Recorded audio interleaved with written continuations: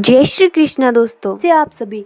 उम्मीद करती हूँ कि आप सब बहुत ही ज़्यादा बढ़िया होंगे। सवेरे सवेरे हम अपनी ड्यूटी पर लग जाते हैं और ये भी अपनी ड्यूटी पर लग जाता है। इसने इस पुल को शायद माउंट एवरेस्ट समझ लिया है, इसलिए इस पर चढ़ाई कर रहा है। और हम लोग भी एक एक करके सारे फूलों की कटिंग कर देते हैं और इसको एक जगह पर इकट्ठा कर देते हैं। फिर मैं इस फूलों को एक एक करके इस टोपली में फिट कर देती हूँ और इसको अच्छे तरीके से फिट करना पड़ता है ताकि इसको रास्ते में ले जाते वक्त ये नीचे ना गिरे और सुरक्षित घर पहुंच जाए। फिर हमारी किस्मत अच्छी होने के कारण हमें भगवान जी का प्रसाद भी मिल जाता है। और फिर बारी आती है इस पानी वाले रास्ते को पार करने की। और ये पानी शुरू शुरू में बहुत ही कम था, लेकिन जैसे ही बीचों बीच पहुंचे पानी घुटनों तक आ चुका था। और 5-6 मिनट के कड़े संघर्ष के बाद हम इस पानी को पार कर देते हैं और पहुंच जाते हैं गांव के भीतर, जहां हमने देखा कि हमारे मित्र खेल रहे थे लंगड़ी और उनकी माताजी कर रही थी उनका निरीक्षण, कौन जीतता कौन हारता है। और फिर पहुंच जाते हैं हम अपनी हवेली में। वहां पहुंचते ही हमारे हाथों में थमा दिया जाता है हमारा असली हथियार। और फिर नहा धोकर हम पहुंच जाते हैं खेतों पर, क्योंकि आज हमारे खेतों पर हो रहा है शुद्धिकरण। और पूजा में बैठ जाते हैं पापा जी, बड़े पापा, अंकल, भैया, रवि बाबू और पंडित जी। और हवन की प्रक्रिया चालू भी हो जाती है।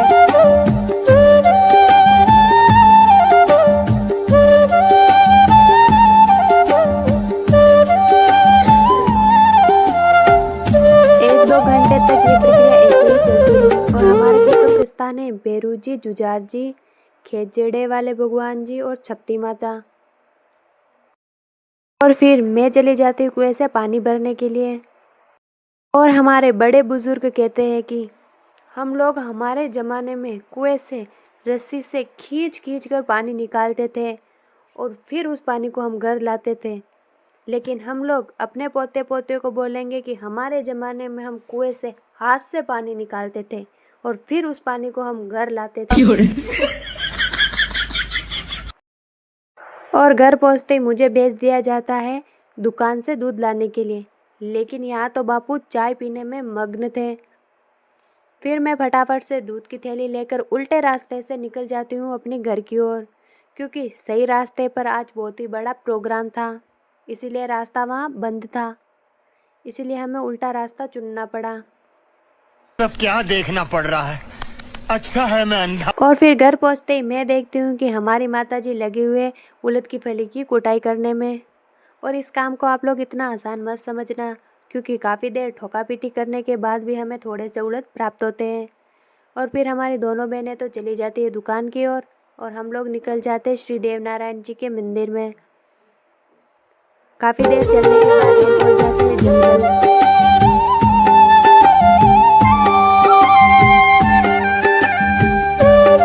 वहां पहुंचते ही सबसे पहले हमने अपने पैरों की गाड़ियों को यहीं पर पार्किंग में लगा दी है, क्योंकि आगे बहुत ही ज़्यादा पानी है। फिर दादी, मौसी, रवि और मैं हम घुस जाते इस पानी के अंदर। और आप लोगों से मैं हाथ जोड़कर एक ही निवेदन करना चाहूँगी, प्लीज़ कृपया करके अपने यार को थोड़े दिन और मत हंसने देना, क्योंकि गलती से भी अगर तुम्हारा यार एक बार और हंसा तो हमारे गांव का तो तालाब फूट जाना है। और अगर गलती से हमारे गांव का ये तालाब फूट गया ना, तो मुझे लगता है कि हमारा गांव बह जाना ये तो पक्का है। इसीलिए कृपया करके प्लीज़ हमारे लिए अपने यार को थोड़े दिन मत हंसने देना। आप गर्मी में अपने यार को खूब हंसाना, हम कुछ नहीं कहेंगे। और फिर किसी के यार के आंसुओं से संघर्ष करते हुए हम पहुंच जाते हैं बालाजी के स्थान पर।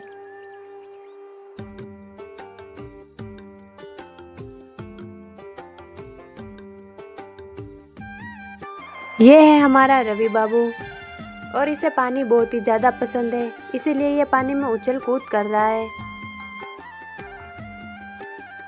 मौसी और रवि ने तो दे दिया है बालाजी को धोख।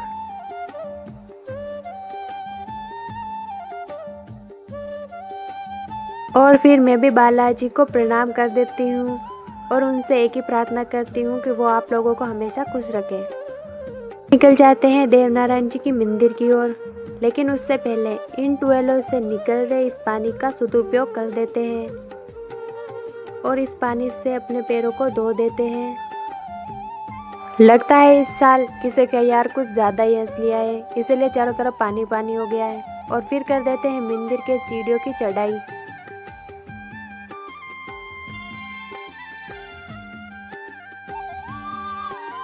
और मंदिर में पहुंचते ही सबसे पहले घंटी बजाई और फिर किए श्री देव नारायण जी के दर्शन।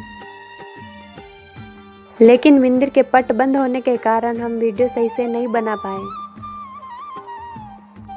लेकिन हम ठहरे गांव वाले, तो हमने जैसे तैसे कैसे भी करके हमने भगवान जी का वीडियो बना ही लिया है और आप लोगों को दर्शन भी करवा दिए हैं।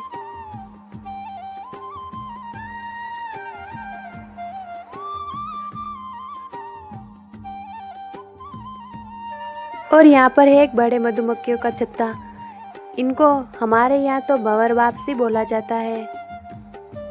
और श्री देवनारायण जी का मंदिर है जंगल के बीचों बीच में।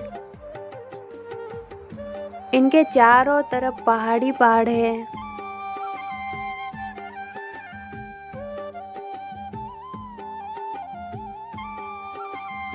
और फिर श्री देवनारायण जी के दर्शन करने के बाद हम थोड़ी देर वहीं रुक जाते हैं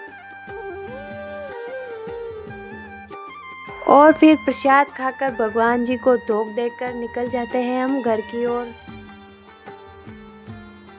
और साथ में ले जाते हैं हम हमारे नन्हे मुन्ने प्यारे प्यारे जानवरों को भी।